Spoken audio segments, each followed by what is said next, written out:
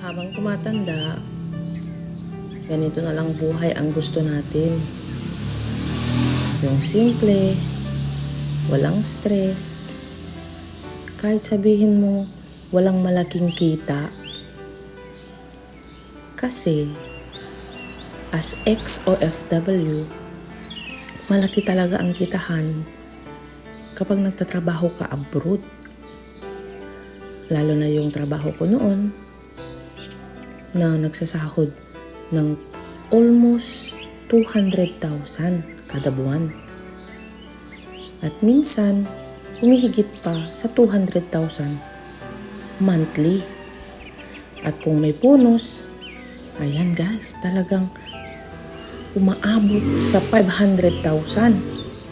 Pero ngayon, pinili kong mag-resign para makasama ang aking mahal sa buhay. Dahil lumalaki na rin yung aking anak. Ito ako, napapakain ng mga isda.